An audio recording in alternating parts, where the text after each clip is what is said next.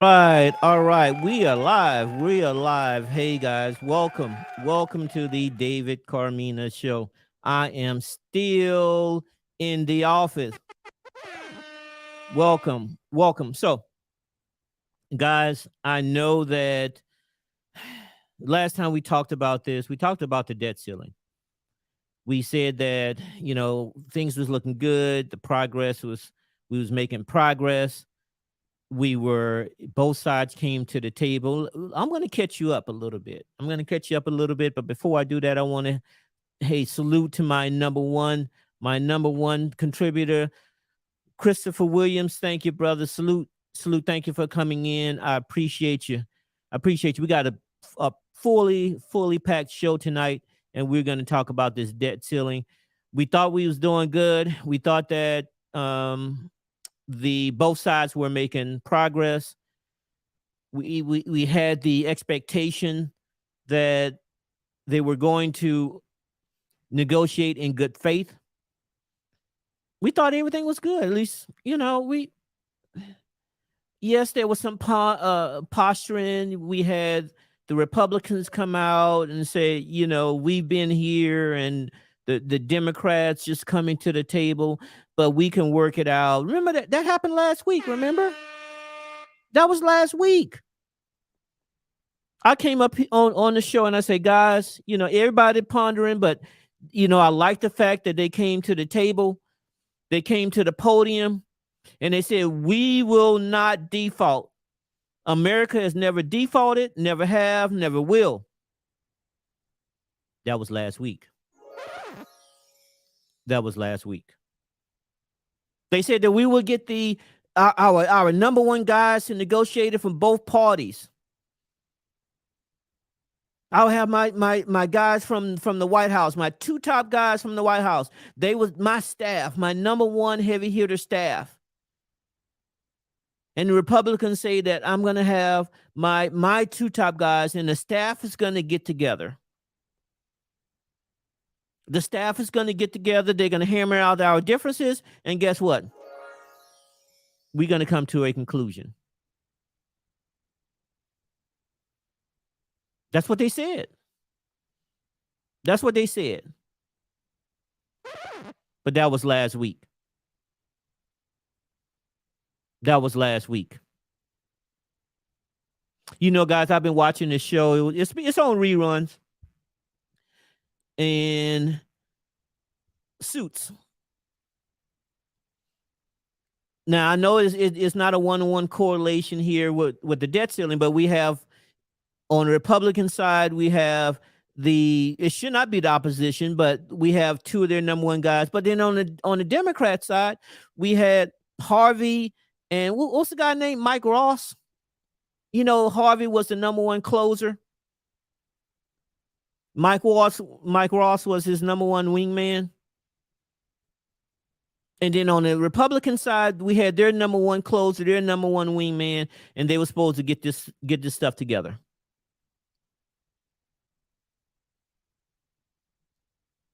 They were going good. The other day they came out and they said, hey, we're not going to, the U.S. is not going to default. We never have, never will. They were still doing that. And then today happened.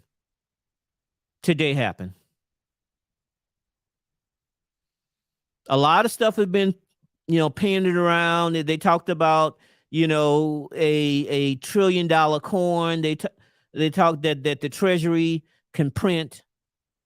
They talked about this 14th Amendment. Now, we're going to dive into this 14th Amendment. We're going to see if this is really, really an option.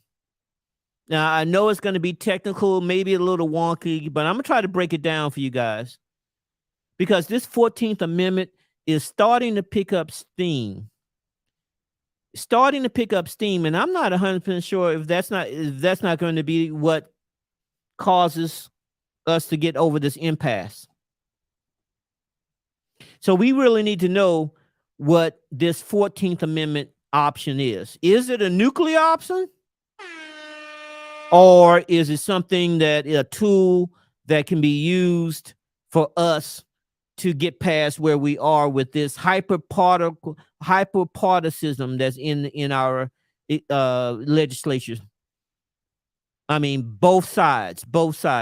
We should be able to come together on something like this, guys. I mean, I gave you guys the history. I gave you the history. This debt ceiling has been raised, 70 something times overall. We talked about how we got here, how we needed to raise money for the wars, to pay our debts, and then it got out of hand. Started getting out of hand. My man Chris, hey brother, you got a point. Don Skippy, this is going too far. Too far. And everybody is going to take the hit. Mainly people that are the least able to overcome all of the crisis that is going to happen when we hit that debt ceiling. I mean, I told you guys about it. But let's recap. Let's talk about what happens when the government defaults. First thing, government's going to default. The government cannot pay their bills. Interest rate is going to skyrocket. But more importantly, people that are on Social Security, getting their Social Security benefits, no. Working for the government, no. They're not going to get any money. Now they're going to be furloughed and maybe they're going to be back paid, but depending on how long this goes, they're not going to be receiving funds. Now these are guys that are at the most at risk. If you are on a fixed income, that is your sole income. You have no other income coming in. Maybe you have family and friends, but it's not enough to sustain your lifestyle. And that check doesn't come in. Don't the government have an obligation to pay their bills? Should we even be here? Number one, government defaults, inflation, Social Security, benefits. Federal workers ain't going to get paid. Military probably won't get paid. Second thing, market's going to go to hell. U.S. Treasury bonds are considered the safest investment in the world. The safest. Nope. Interest rates going to raise. It's going to trigger financial crisis. We went from what is worldly considered the safest investment to a company, to the United States not paying their bills. I mean, no other way to say it. Then we're not going to be able to pay the bills.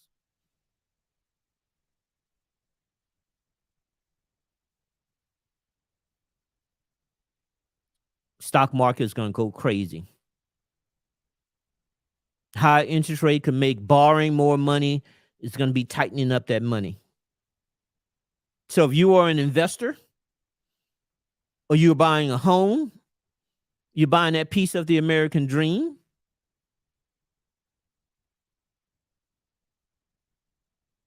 everything is going to cost more. The Fed goal of trying to get to 2% inflation, forget about that. Forget about that. 2% inflation? Hell, we might not be able to get to 10% inflation.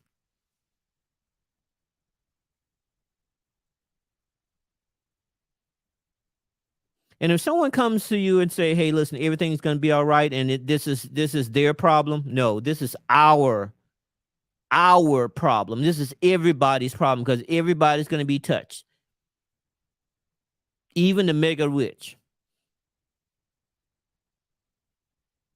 Most people have a diversified portfolio. Most people that have money has a diversified portfolio. There's a rule of thumb, a rule of thought that says have 7 streams of income. 1 or 2 of those streams involve the stock market. 1 or 2 of those streams are going to be disrupted by us hitting this debt ceiling and the United States defaulting on its debts. 401ks.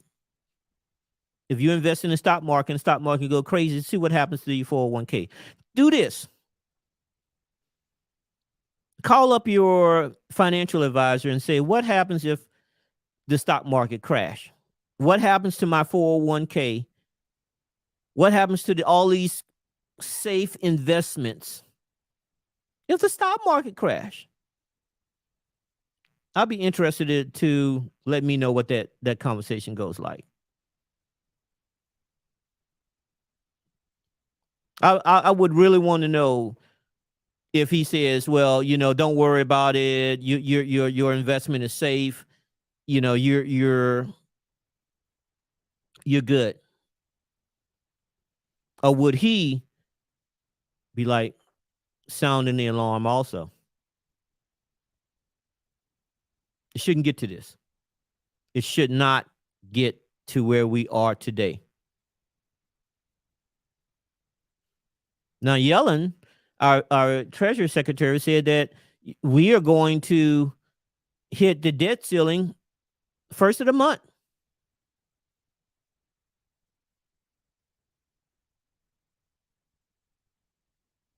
June 1st, we're going to hit that limit.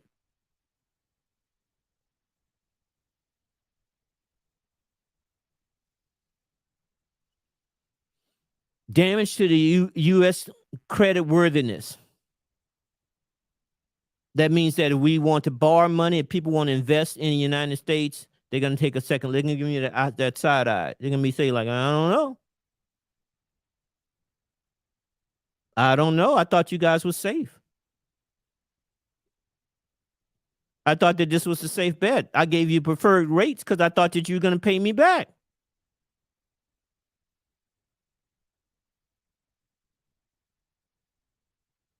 Nope.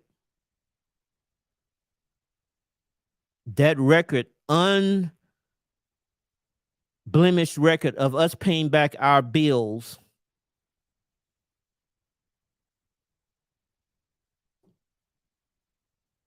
once you go past that and once you default, you're always going to have a problem with people saying that, do you have the ability to pay back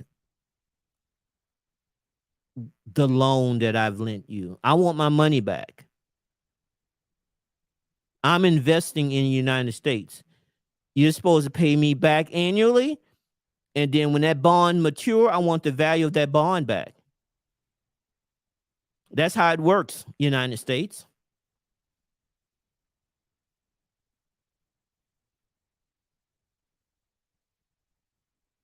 We shouldn't be here. Political repercussions. Now, here's the deal, guys. Everybody's going to be pointing hands. I'm going to show you a film, a tape, a recording.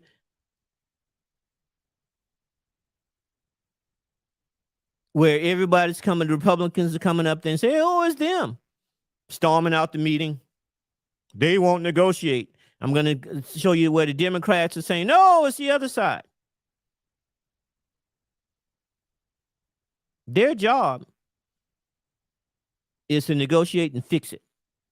That's their job. Now, the 14th Amendment, I talked to you guys about the 14th Amendment.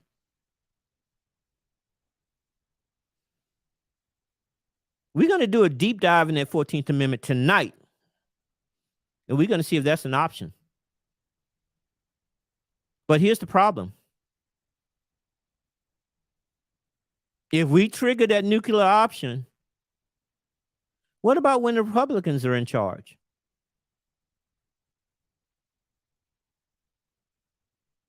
Won't they have the ability to do something similar? Once the genie is out of the bottle,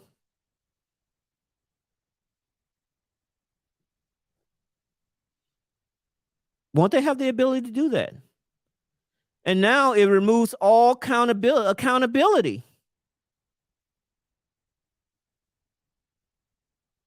You don't have to worry about trying to balance the budget. You just go in there and print a $1 trillion coin, or you invoke the 14th Amendment and throw your hands up. I don't think that we're going to have to really take a look at it and see if that is the way we should go.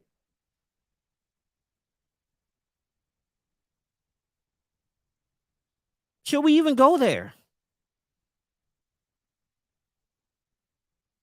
Let's see what Christopher says. Okay, Chris, let me check your comments. Okay. Okay, let's go back. Do you think they're doing this for absolutely election hype? They never got out of. They're staying in the campaign mode. We should be in the governance mode. The next election is 2 years from now. For the president. It's a constant election cycle after cycle after cycle. When do they govern? Both sides. When are they going to govern?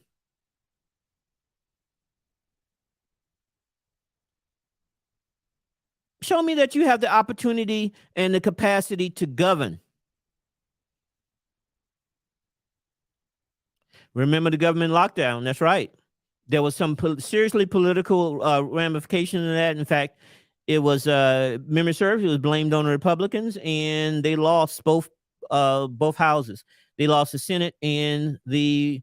I know that it was a single. All three branches was Democratic for a time. We had the president was Democrat, the the Senate, and was in the House, and so yes, there are some political ramifications for what we're doing, and we should hold them accountable. Both parties.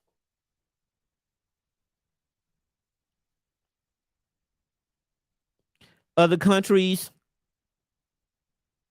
the question, how other countries view this, or how it looks to them that the U.S. is getting weaker. Okay, so I mentioned to you that the United States dollar have always been thought of as the most secure investment in the world.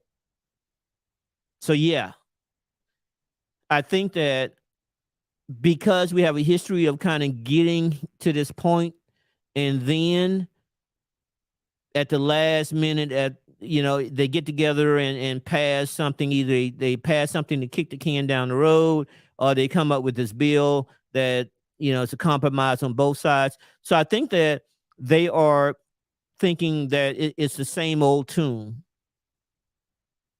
We're going to get close, but we're not going to fly into the sun like Icarus. We're not going to get that close to where we get burned. But guys, I got it. I've been around, been following this for a while, and I'm telling you, it doesn't feel that way. I think these guys are. It's gotten worse and worse and worse. So I am not so sure that we're going to stave off default this time. Not good. I wish I had some more.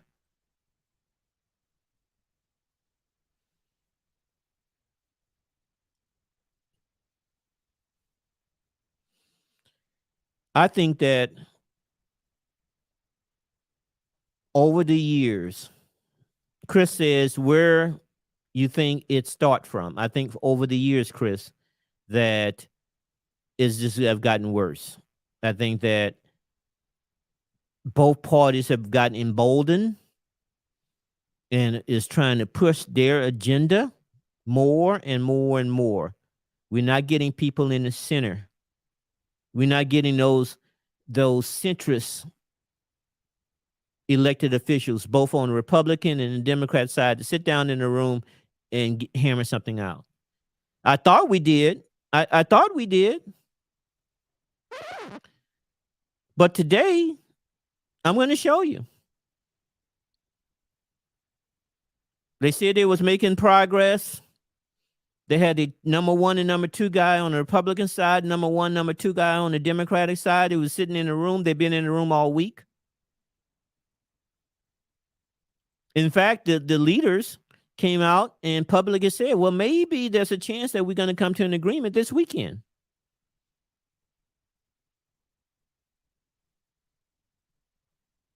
I don't know. I don't know. If these guys are really, playing the best poker face ever, or they're thinking that maybe default is okay.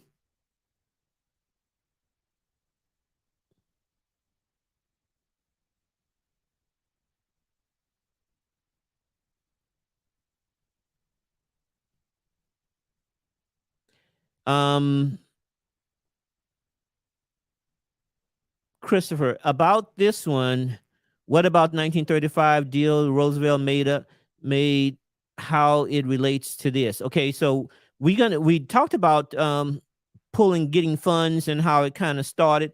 I'm going to do a recap on that, but let's go here. Let's go ahead and pull up and see what's happening today. I'm going to add this to the stream, and let's see what happened today with respect to the debt ceiling. Important news just into CNN. The debt limit talks on Capitol Hill hitting a snag. This morning, the top Republican negotiator walking out of a meeting, saying the White House stance is unreasonable. Congressman Garrett Graves says talks for now are, quote, on pause. That just a few hours after President Biden was briefed by his top negotiators, the president leaving a G7 leaders dinner in Japan early for that update. And less than 24 hours ago, Team Biden and the Republican House Speaker Kevin McCarthy both voicing optimism, saying they were seeing progress in those talks. So did one member of the centrist Problem Solvers Caucus. Everyone's not going to be happy with everything. That's, to me, always a good deal if everyone's a little upset. And, it's not going to be perfect. But the bottom line is we're going to make sure that the full faith and credit of the United States continues. Let's get straight to CNN's Melanie Zanona.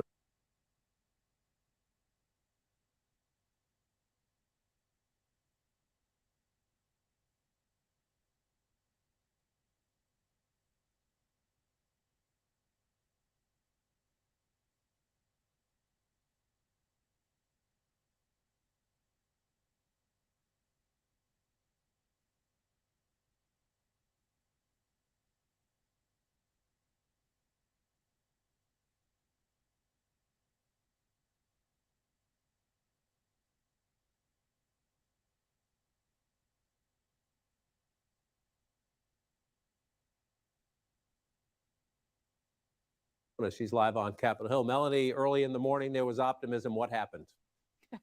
Well, this is a huge setback for these talks. There was optimism, as you noted yesterday, and even heading into this meeting. Negotiators did meet this morning on Capitol Hill, but they briefly broke up. And coming out of that meeting, Garrett Graves, one of the lead negotiators for Republicans, told us we decided to press pause because it's just not productive. So I talked to some sources who said there are a number of issues where they just feel like they're at an impasse right now. And as of right now, there are no additional meetings scheduled for today. So look, John, you've seen these negotiations play out before. Usually there are legislative blowups before everyone can finally come together. There's a lot of posturing that goes on both sides. And as we've seen, both Republicans and Democrats are facing a lot of pressure and getting a lot of heat from their right and left flanks to not cave and to dig in. But in terms of a timeline, it is very problematic because they were hoping to reach a deal by this weekend. That is something that Speaker Kevin McCarthy said is needed in order to get this bill through the floor and get it over to the Senate by this early June deadline. And so it is all but dashing hopes that negotiators are going to be able to reach a deal in principle by this weekend. That's not to say that they can't eventually get it done, but this is not a very welcome development on Capitol Hill, John. And Mel, any details? Sometimes it's one little thing that can set these things off the rails for a little bit. Sometimes it's kind of a combination that they're stuck on everything and they just say, let's take a break. Do we know? Yeah, I think it's more the latter. It's a combination of issues. The talks had been slowly but surely moving ahead. Some of the issues that have come up in the last 24 hours, according to our sources, is the White House has been pushing for a debt ceiling hike that would last into 2025 because they don't want to have to deal with this again until after the next presidential election. But in talking to Republicans, that is something they said, if we're going to entertain that, we need to see a lot more savings and cuts put on the table. The other issue at play has been work requirements. That's something Republicans are pushing for. Biden seems to be open to some form of work requirements for TANF, which is the Temporary Assistance for Needy Families programs, but nothing has been finalized. So still a lot to go and a lot that could go wrong between now and early June, John. All right, so let's decode what they're basically saying. Now, to be fair, at the end of last Congress, when the last session, when the Democrats were in charge of the House, the Senate, and the presidency, so they had all of the three levels of Congress. They passed several bills that were along party lines. Okay. So that means that the bills were heavily in favor of Democratic proposals that they were championing. Okay. And they pushed it through. Senate came up with a bill. I'm sorry, the House came up with a bill, quickly passed it, sent it to the Senate. Senate said, okay, we have the votes. I'm going to push it through. President signed it. Boom. Now it comes time to pay for that. That's what's going on, guys, is that they passed a bill that says that we're going to allocate our money for these programs. And these programs are programs that the Democrats want. Now, when it comes time to pay for it, that's where we have to raise the debt limit, the debt ceiling, so that we have funding to pay for the current session bill and other bills. So, break it down for you guys. You go to the grocery store. You and your wife, you go to the grocery store, or your girl. In Allen, or your guy. You go to the grocery store. You pick out all these items that you're gonna do. Okay, hey, honey, I'm gonna cook the steak for you, or or this salmon. I'm gonna cook these things for you, and we need these items. I'm a carnivore. I'm a carnivore. So when you want to cook me a meal, it's going to involve some steak and some eggs, low carb, high protein, maybe some fat. I'm going to have something that is sugar free to drink. Maybe that substitute sugar stuff. If I'm feeling good, I'm going to throw in maybe a potato. I mean, not that much. Definitely no dairy, no ice cream.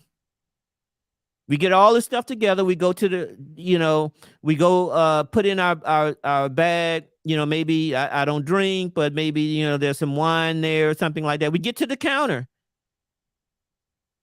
It comes time to pay. You look over to your mate, you look over to her or to him and say, hey, honey, you want me to cook this dinner? These are the things that we agreed upon. Give me the credit card. And the other guy said, nope.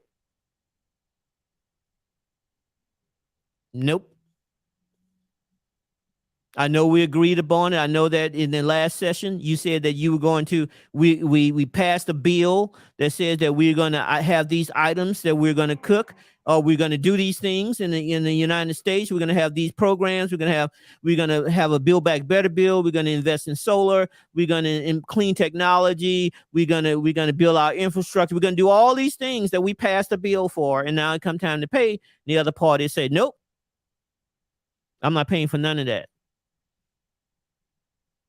I'm not paying for none of that. And guess what? I want you guys to go back and cut those things that you passed the last legislative session. I want us to renegotiate that, because now I'm not going to pay for it. That's where we are, guys. That's where we are. Republicans are in charge. The Senate has the power of the purse. They're putting out a bill, and they're saying in this for me to raise this debt ceiling, we're going to take another look at all these things that you passed last session. All these things that you passed last session, we're going to look at that, because we're not funding everything. So that's what they're talking about.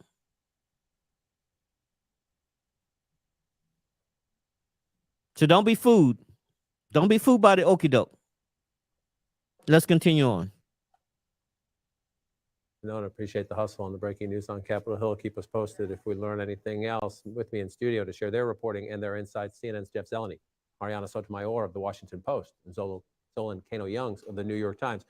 So this is both expected, I would say, because the issues are so important and the divide is so big, but also potentially troubling if you're a CEO, if you're financial markets, if you're the President of the United States who's overseas right now telling people, I got this, America will not default.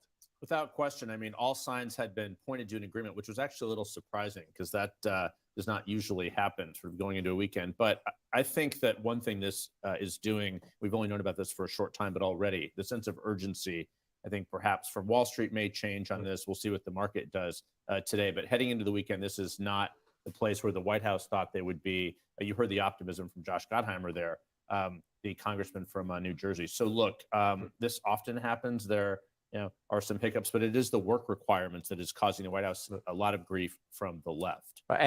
So that's the vice here that they find themselves. And to that point, when you see Josh Gottheimer saying, I think we're going to get there and get there soon, when you see both the president and the House Speaker saying we're suddenly making progress, that's a conversation in the middle. And so both the left and the right say, oh, no. And so let's start with the left. You have Democrat progressives saying, stop negotiating, Mr. President. Invoke the 14th Amendment, never really been tested in the courts, but just say, the Constitution says, the amendment says the public debt can never be questioned. Bernie Sanders among the progressives who's saying, we don't want cuts. Take a chance. Using the 14th Amendment would allow the United States to continue to pay its bills on time and without delay, prevent an economic catastrophe, and prevent devastating cuts to some of the most vulnerable people in this country. It should be exercised if necessary. So again, we'll go into the details, but if you're the White House team and you're walking back into the meeting today, even though you're making progress, the phones are lighting up with progressives saying, stop, don't give away too much. And they have been, right? I mean, they've already been feeling the pressure from the left flank, particularly after last weekend when the president cited the fact that he did vote for some work requirements as a senator. Right before he left on his trip as well, he had comments where he said, look, we're talking about work requirements, but it wouldn't be of anything of serious consequence. He has dropped hints that that is a subject, a point of focus now where there could be possible consensus, which has led to a frustrated left flank of the party at this point. But remember, in terms of using the 14th Amendment, this is also somebody in President Biden that came into office and often celebrated, talked about his ability to strike deals with members.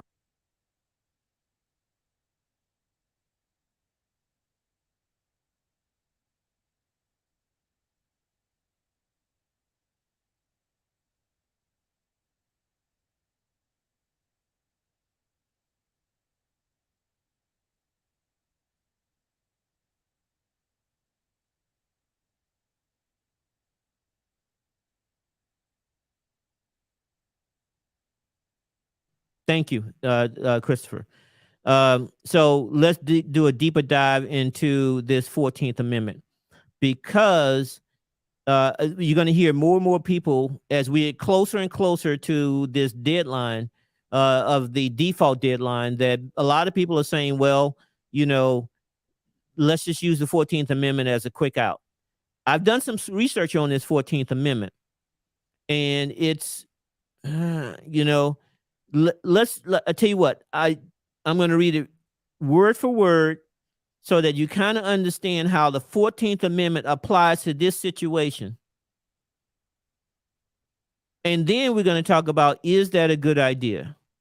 Is the 14th Amendment a good idea? Because remember, if the Democrats do it, then the Republicans can do it. And is this something that can be abused? Is it something that can be abused? 14th Amendment is the 14th Amendment of the United States Constitution is one of the was one of the Reconstruction Amendment that was passed in the Civil War. It was ratified in 1868, and it continues to serve as several sections pertaining to various rights, duties, and prohibitions.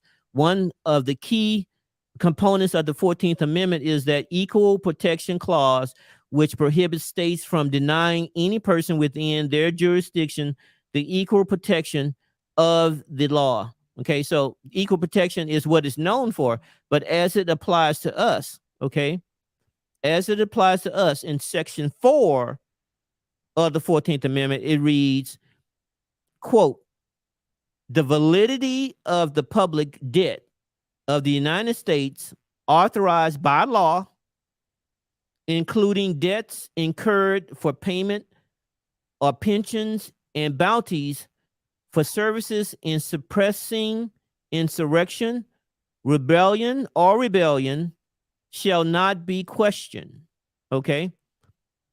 Read it again. The validity of the public debt of the United States authorized by law, stop there. Remember I told you that last Congress they passed a law. It was passed along party line, but it still was passed and signed into law that we're going to pay for these items.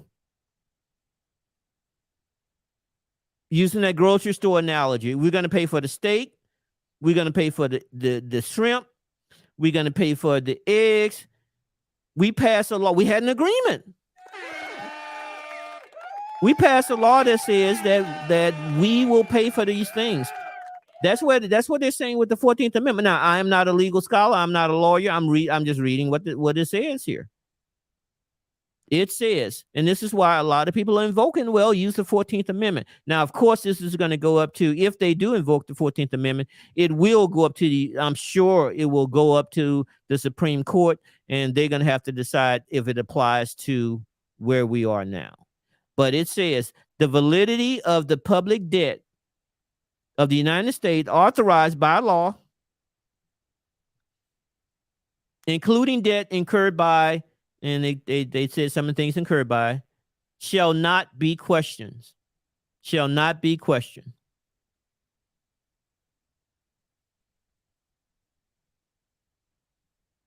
Now, what that means, the debt was authorized, it passed into law. So Congress, this whole, everything that we're doing in Congress that says raising the debt ceiling or whatever, it should even be there.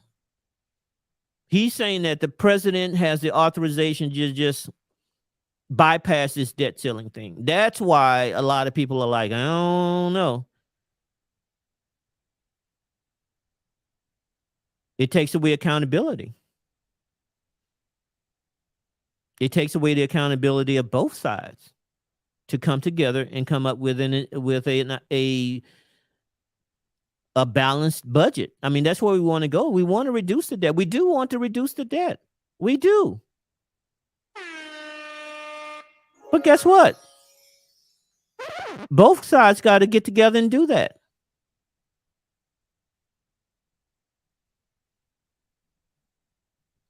Christopher says 14th Amendment is to keep us blindsided. We don't want to be blindsided by the 14th Amendment. That's for sure. Now I got some more analysis here. It says, however, basically it says that it has never been proven, and the Supreme Court is going to have to ultimately is going to be argued, and ultimately, they're going to see if it's applied now. But should we even go there? Should we even go there? So as they're talking about this 14th Amendment, guys, that's what they're talking about. They're saying that in Section 4 of the 14th Amendment, it says that the validity of the public debt of the United States authorized by law, and they gave some examples, shall not be questioned. You can't write a bill, a law that says that we're going to pay for something, then all of a sudden not pay for it. That's what that says. And that's why a lot of people are saying, well, just invoke the 14th Amendment.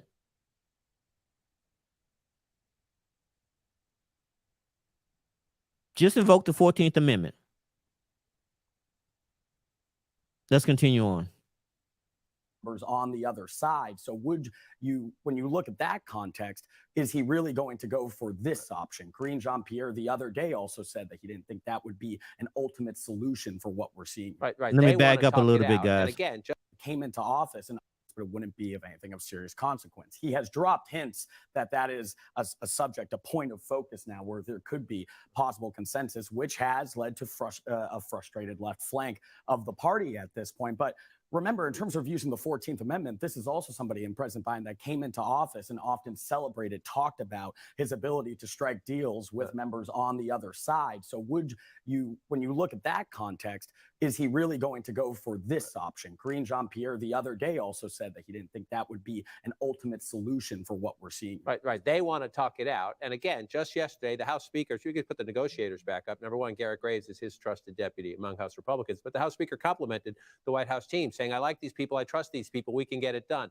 That sent a signal to McCarthy's right. And of course, he is just tenuously Speaker of the House Freedom Caucus yesterday, saying the U.S. House of Representatives has done its job. There should be no further discussion until the Senate passes legislation. So the Speaker's right flank saying, stop, we don't like this nice talk. Yeah, it's been a very interesting contrast this entire week because McCarthy has been using every moment possible to say things are going well. Look, all Republicans are united. He couldn't stop saying that on repeat. While at the same time, behind the scenes, conservatives were starting to get pretty shaky. They were worried at Garrett Graves actually being tapped. They see him as someone who is just a deal maker. So they already had a feeling that their bill that they passed, they know a lot of it is not going to become law, but they really do not see Graves as someone who could deliver on a lot of what the Freedom Caucus wants. So this statement that they put out yesterday strategically, after they left, after even they were being very complimentary of where things are, is really bigger. I think we should be looking at it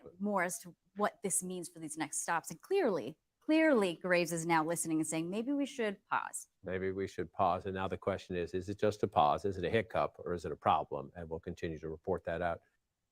We begin with important news just in All right. The debt limit. All right. So let's hitting a snag. Let's dig a little bit deeper. Now, what they did is that they showed a Bernie Sanders coming up to the podium, and he said that basically they showed a little snippet of him basically saying that, okay, let's go ahead and the 14th Amendment was on the table. Here is a more complete snippet of what his statement is. Let's go in here. I'm gonna add him to the stream.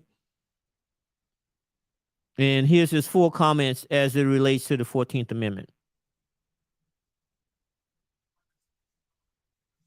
What it is supposed to do. Not too surprisingly, we pay our debts. That's what we have always done. In fact, over the past 63 years, the national debt limit has been raised nearly 80 times, 49 times when a Republican has been president and 29 times when a Democrat has been president. The debt ceiling was raised 18 times under President Ronald Reagan, 7 times under President George W. Bush, and 3 times under President Donald Trump, when the national debt increased by some $8 trillion with no strings attached. Bottom line, we pay our debt. That is what a major country does, the largest economy in the world. We pay our debts. And let's be clear, what the debt ceiling is about is paying money that has already been appropriated and spent. It has nothing to do with future budgets and future spending. You could Okay, so that's going back to what I said earlier, is that going back to the how he's making a case for the 14th Amendment, guys. He's making that case that it is a, remember, section 4 says the validity of the public debt of the United States authorized by law. Basically, he's saying that we've passed a law. This is the authorized debt. That he's making this case of why he thinks the 14th Amendment is in play. This is simply a question of paying off what has already been spent.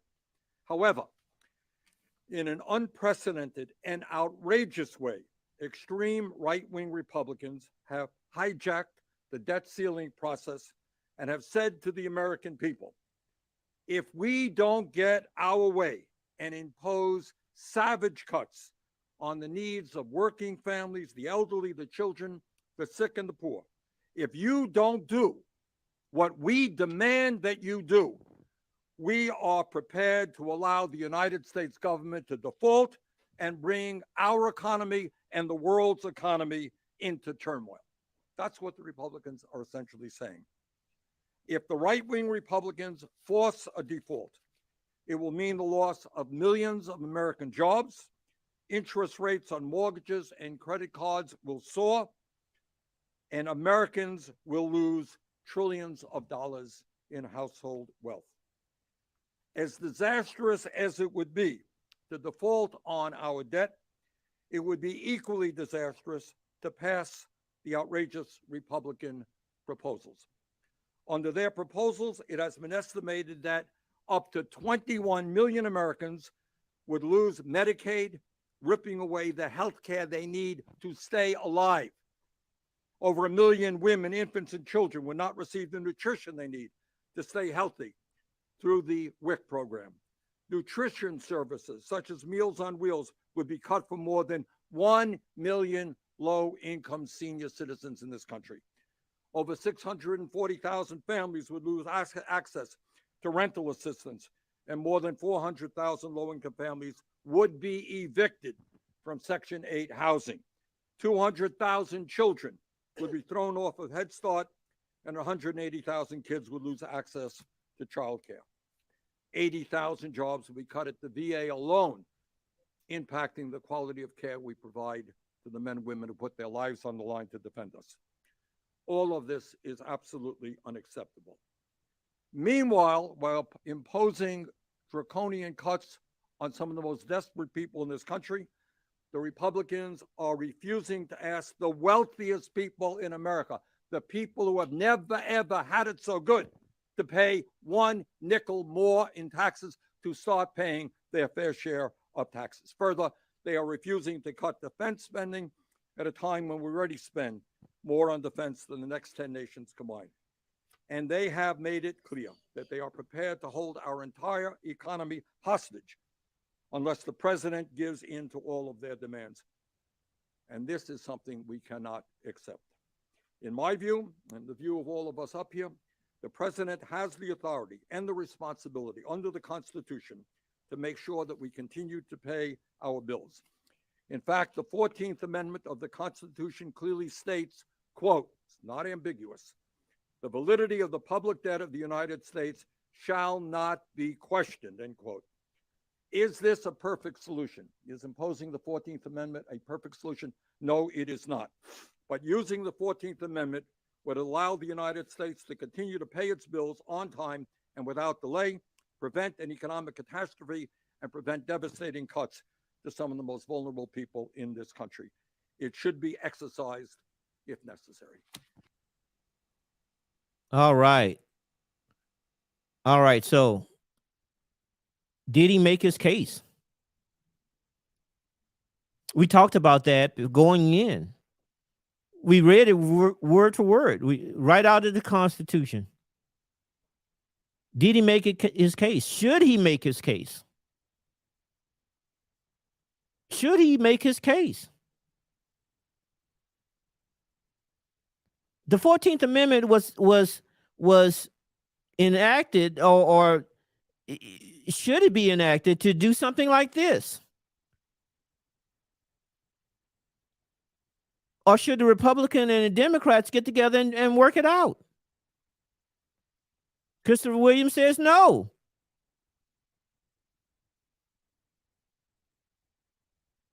So what happens on the other side? Let's say now let's go back. Let's go back. Let's imagine that next cycle, which is only 2 years from now. Only 2 years from now, let's say the Republican candidate wins for the presidency. Let's say the Republicans has control of the Senate. Let's say the Republicans have control of the House. Let's say that they write a bill that says that whatever their agenda is. Let's say we're going to increase the military 200%, and I'm talking extremes now, guys. We're going to give the wealthy, because Bernie Sanders mentioned it. Senator Sanders said that, hey, listen, they gave the wealthy a tax cut. Let's do a double tax cut for the wealthy. Let's write a bill saying that, if you have a business, you pay no tax, period. Let's say that all of these rights that we're paying for with respect to health care, or the subsidies, that safety net that a lot of people are on, where you get, Section 8, you get housing subsidies, you get food subsidies, you get all those things that we spend a lot of money on, these social programs that we're spending money on, that establish a safety net. Let's say we write a bill that cuts that out. Okay. What about Obamacare? Let's go all the way. Let's cut out Obamacare also. Let's not fund that. Let's look at what happens if we do this, if we go down that road. Do we really want to let that genie out of the bottle? Do we? Or do we want to have these guys work it out? Because what's good for the goose is good for the gander. If the Democrats play this 14th Amendment clause, then Republicans can play it. And guess what, guys? We are the ones who loses. Because what's the beauty of the Constitution is that checks and balances. That no one branch has the overall policy, or it's just there's another branch that can check the power of that branch.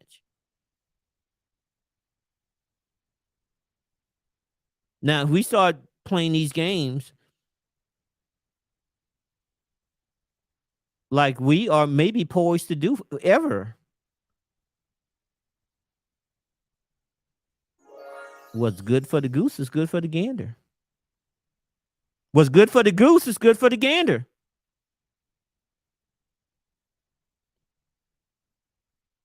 Should we even go there? Should we even go there? Let's see what Christopher say.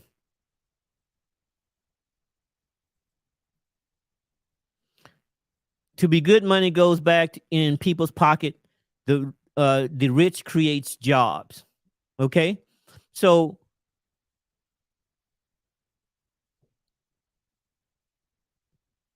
Chris, is talking about, I think that you're talking more about the trickle down kind of theory that the Republicans said or are known for. I think that also is more jobs are created, and that's true, but more jobs are actually created by the middle, small and medium sized businesses by far.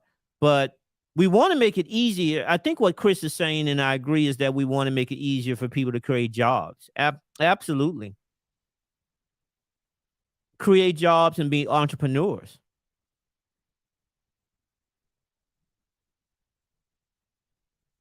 Chris is right on right. Exactly. We should make it easier to create jobs and be entrepreneurs than harder. Absolutely. Let's see what else you got here. Chris says Obamacare can help people and hurt some people.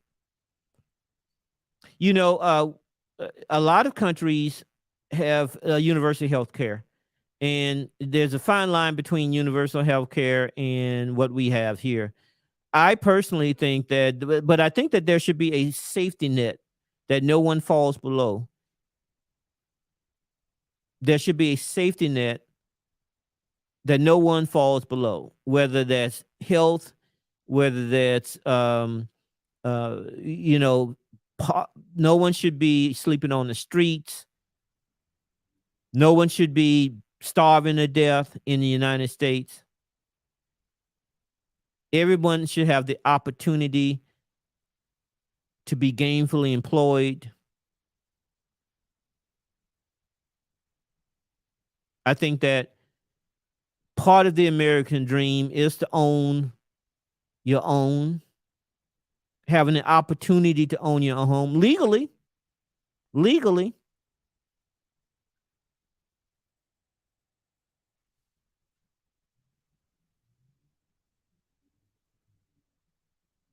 But I think that when it comes to healthcare,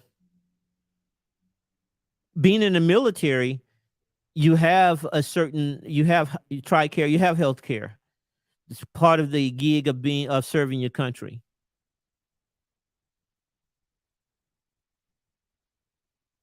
I think that when you are not in the military and you are sick and death, there's no recovery from that.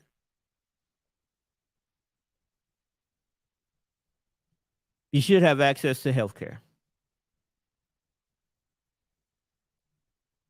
Obamacare is not perfect, but it passed. It is in law, and it goes back to the 14th Amendment. The 14th Amendment again said that if it was a legal bill,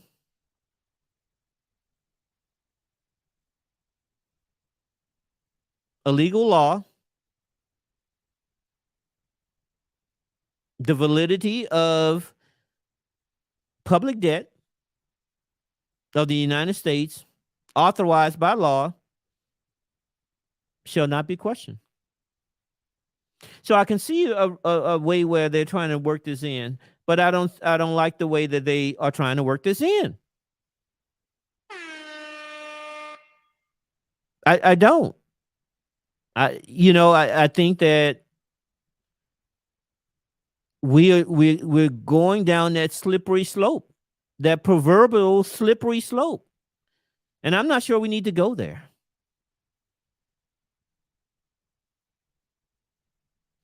It's called affordable health care now, I think, right? Yeah, exactly. It was always called that, but they coined it locally, Obamacare.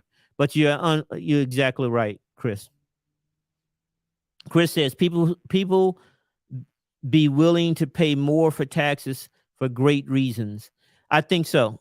I think, while I don't like people, I think that taxes serve a purpose. Of course it does. And, I'm going to do a show on flat tax. I want to know what is the negative of a flat tax? A flat tax is just a consumption tax. You know, you can do away with all of this deduction and stuff. If you consume something, you pay a consumption tax, and then you go about your business. I'm gonna do a show that talks about the flat tax. If we could just everybody just pay what they consume, then all of this people cheating the system or gaming the system, all that goes away. If you buy something, you pay a tax on it, you're done. You don't have to fill out any reports at the end of the year. You don't have to do none of that because you've already paid the tax.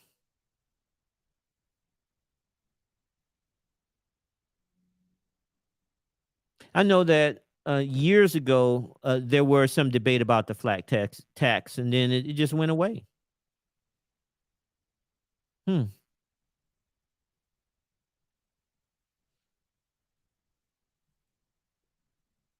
Chris is saying about Denmark and Copenhagen, and I guess they have the free healthcare there. There actually there are a lot of places that have free healthcare or healthcare for their citizens. Now the question is the quality. You know, Canada has free healthcare, but is the quality up to par? Pros and cons. There are pros and cons. But I do like the idea of trying to figure out a safety net of people not falling below that, everybody paying their fair share, having job opportunities for everyone who wants it. Those are things that are fundamental. And I think that going back to this debt ceiling, all of those things are in jeopardy if we don't get this thing figured out. And having one party or the other run out of a meeting and says, you know, I'm going to take my ball and go home, that's not the way to go. That's not the way to go. Yes, you can get frustrated, but if you go out, you run out of a meeting, then you say, hey, listen, you know, I'm going to take a quick break. I'm coming back to the table. This is too important. This is too important. I'm going to come back to the table. Let's take a 15-minute break. Let's table it. Let's take a break. Let's go get some lunch. Let's go get some dinner. But the do nothing option is not an option.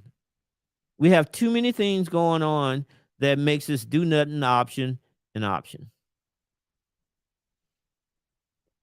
Both parties came out, as well as the president, saying default is not an option. We will pay our bills. So let's pay our bills. Let's pay our bills. All right. So, guys,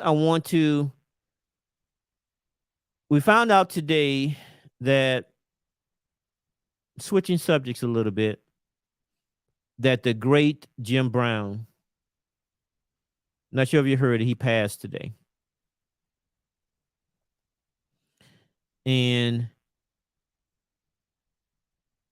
he was a little bit before my time. I remember growing up and, you know, watching the reruns of his on-field powers. And there's a documentary that how great of an athlete he was. And he was also a social activist. Passed at 87, peacefully, according to the reports. Jim Brown, salute. Condolences to the family and blessings.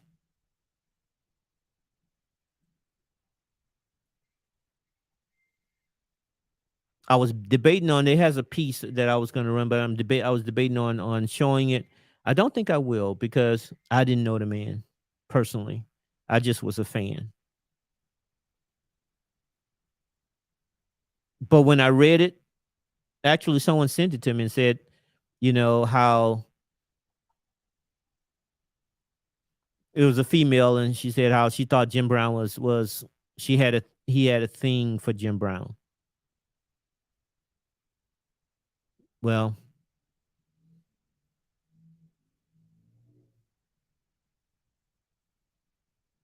he will be missed. Thank you guys for coming to the show. Salute. And as always, stay grinding. I'll see you guys on Monday.